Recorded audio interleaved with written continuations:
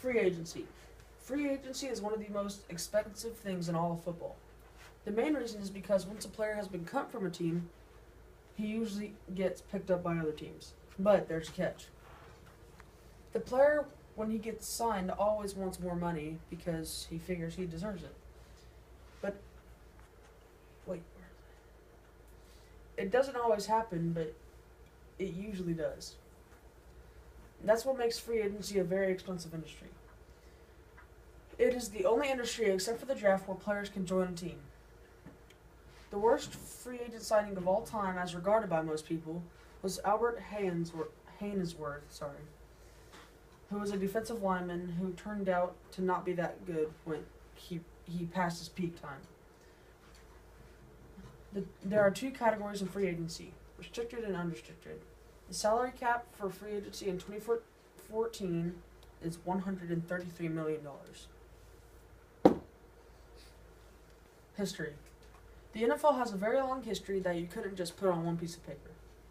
The very first professional football player was William Heffelfinger from Yale. The AFL, in other words, the American Football League, was formed on September 17th, 1920. The Decatur Stallies, now known as the Chicago Bears, were the first NFL team. In the 1970s and 80s, the NFL solidified itself as America's #1 spectator sport. Lauren Silverman on March 3rd, 2013, was the first woman to be in an NFL combine. I accidentally deleted the last part. Combine is that?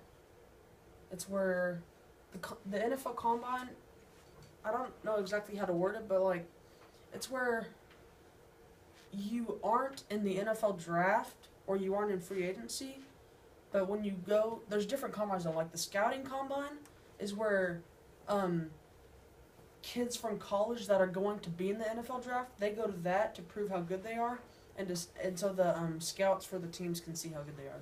Oh. But a regular NFL combine is for people who aren't able to be in the draft or didn't play for college and like want to walk onto a team if they're good enough. So they go to the NFL combine. Then I think that's it. Yep. Did you guys have any questions? No. What is the difference between restricted and unrestricted in free agency? I don't know exactly, but I think when you are a restricted free agent, like you can't do like certain sign